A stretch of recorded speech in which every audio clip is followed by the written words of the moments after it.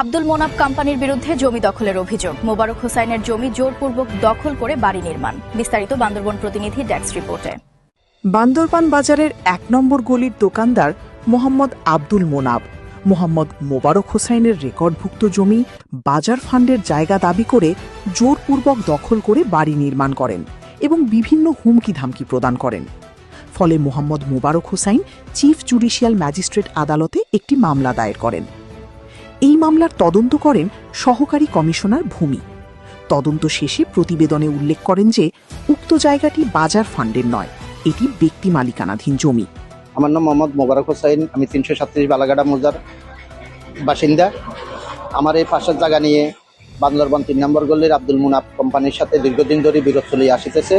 এরই সুবাদে আমি বিগত ১৬/২/২০২৬ তারিখ চিফ জুডিশিয়াল ম্যাজিস্ট্রেট আদালতে ভূমি প্রতিরোধ আইনের দ্বারা মামলা করি।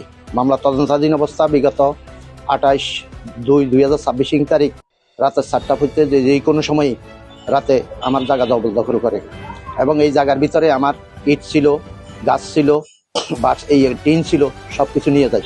নির্বাহী ম্যাজিস্ট্রেট উক্ত মামলা তদন্ত রিপোর্ট দেয়। মামলা তদন্ত রিপোর্টে তার দাবি হলো বাজার ফন্ডের জায়গা, আমার দাবি হলো মুজার জায়গা।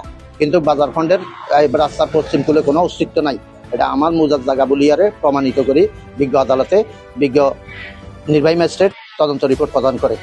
সে এখানে তার কোনো বাজার ফন্ডের কোনো অস্তিত্ব নাই, সে দখল করি আমার জায়গা দখল করি আছে। এই ঘর নির্মাণ করছে, প্রথমে টিন দিয়ে করছে, আস্তে আস্তে সে করছে।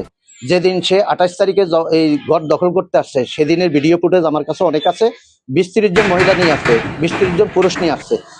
আমার ফ্যামিলিতে শুধু আমার 2টা ছেলে, আমার ওয়াইফ, আমরা যদি বাধা দিতে যাইতাম আমার জীবনের হুমকি থাকতো। আমি কোনো রকম বাধা দিই নাই। আমি 399-এ ফোন দিছি, এসআই সাদাত সাহেব আসছিল, উনি কোনো রকম এদেরকে বুঝ দিয়ে চলে গেছে। ওনাকে আমি পরবর্তীতে রিকোয়েস্ট করলাম যে ভাই আপনি আমার তো চিফ জুডিশিয়াল ম্যাজিস্ট্রেট মামলা চলে, আপনি তো আমার ঘরের বাধা দিতে পারেন। উনি আমাকে বলে যে সেটা আমার এখতিয়ার নাই। আমি ঘর করার জন্য আমার বাড়িতে সবকিছু সরঞ্জাম আছে, আমি ঘর করার জন্য যে 5 তারিখে আসি আমাকে বাধা দিছে। আমি কোর্টে মামলা করতে গেছিলাম, তাৎক্ষণিক হয়েছে কি কোর্টে নির্বাচন উপলক্ষে বিচারক ছিল না, সেই মামলা আমার রেকর্ড হয়েছে যায় 16 তারিখে। আমি আগেও বলছি এখানে বাজার ফন্ড নাই, বাজারে কোনো অস্তিত্ব নাই। একসময় সে অবৈধ দখলদার ছিল, বাজার বুলি দখল করে খাইছে এবং বিগত 2001 সাল থেকে তার এখানে কোনো দখল নাই। বর্তমানে এই যে ঘর করছে এখানে প্রতিনিয়ত রাত্রে সন্ত্রাসী রাখি দেয়। এই রাস্তাটা আমার বাড়ির দিকে উঠার যে কোনো সময় সে আমার পরিবারের আমার হুমকির সম্মুখীন।